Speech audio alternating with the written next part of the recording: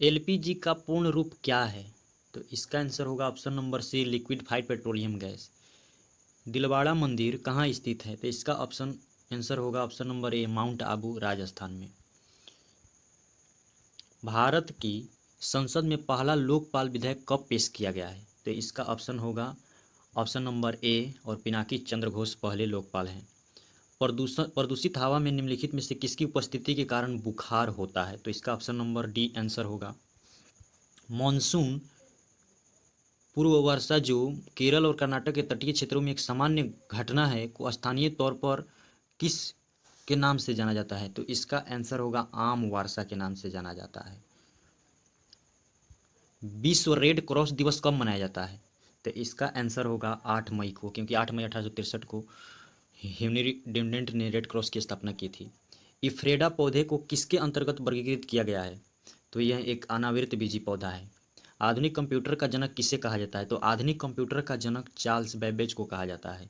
Computer का जनक Charles Babbage है, लेकिन आधुनिक कंप्यूटर का जो जनक है वो एलन ट्यूरिंग को कहा जाता है। एलन ट्यूरिंग को, ये चार्ल्स बेबेज कंप्यूटर के जनक हैं। अक्टूबर 2020 तक प्राप्त जानकारी के अनुसार भारत में सार्वजनिक क्षेत्रों के बैंकों की संख्या 12 कर दी गई है।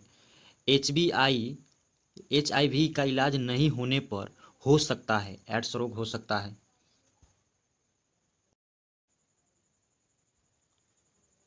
नमक पर ब्रिटिश एकाधिकार का विरोध करने के लिए गांधी जी ने किस वर्ष से समुद्र तक दांडी मार्च शुरू किया? तो वो है 1930 में। निम्नलिखित में से कौन सी भारत की सबसे बड़ी तेल कंपनी है? तो है Indian oil corporation limited. Bharat में प्रथम परमाणु बम का परीक्षण किस वर्ष किया गया था? वो 1974, 18 मई 1974 को किए गए थे। भारत में राष्ट्रीय आय की गणना किसके द्वारा की जाती है? तो यह है केंद्रीय सांख्यिकी संगठन, जिसका मुख्यालय न्यू दिल्ली में है। निम्नलिखित में से किसने किसने भारतीय प्रौद्योगिकी संस्थान मद्रास की पहली छात्रा के रूप में भारत का राष्ट्रपति पुरस्कार 2019 जीतकर इतिहास रचा? तो है कविता गोपाल। प्रकाश वर्ष किसकी इकाई है? तो दूरी की है।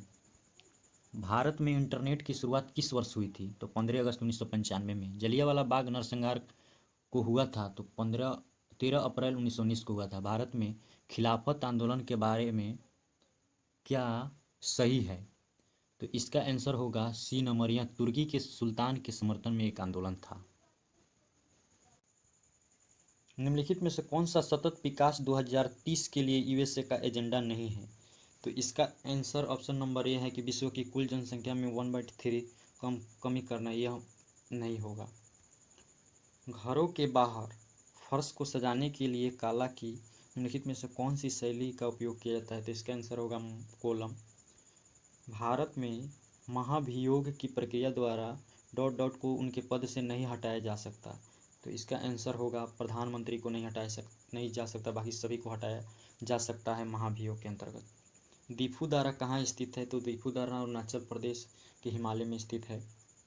भारत का कौन सा शहर डेट्रॉइट ऑफ एशिया और ऑटोमोबाइल कैपिटल के रूप में भी जाना जाता है? तो इसका आंसर होगा चेन्नई। दक्षिणी ध्रुव पर पहुंचने वाली भारतीय सेवा की पहली महिला अधिकारी कौन थी? तो इसका आंसर होगा अर्पणा कुमार। निम्नलिखित में से कौन सा एशिया का पहला स्टॉक एक्सचेंज है? तो इसका आंसर होगा बॉम्बे स्टॉक एक्सचेंज। निम्नलिखित में से कौन सी विटामिन ईस्ट में प्रचुर मात्रा में पाई जाती है? तो इसका आंसर होगा विटामिन बी। यंग बंगाल आंदोलन किसने शुरू किया था? तो यंग बंगाल आंदोलन शुरू किए थे हेनरी बिबियन डिरोजियो।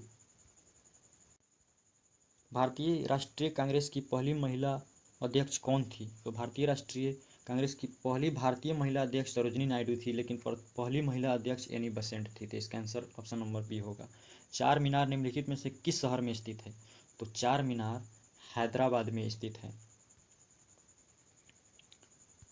जिला और सत्र न्यायाधीश के सीधे निमंत्रण के अधीन कार्य करता है। जिला और सत्र न्यायाधीश के अंतर्गत जो है वो उच्च न्यायालय के अंतर्गत काम करता है।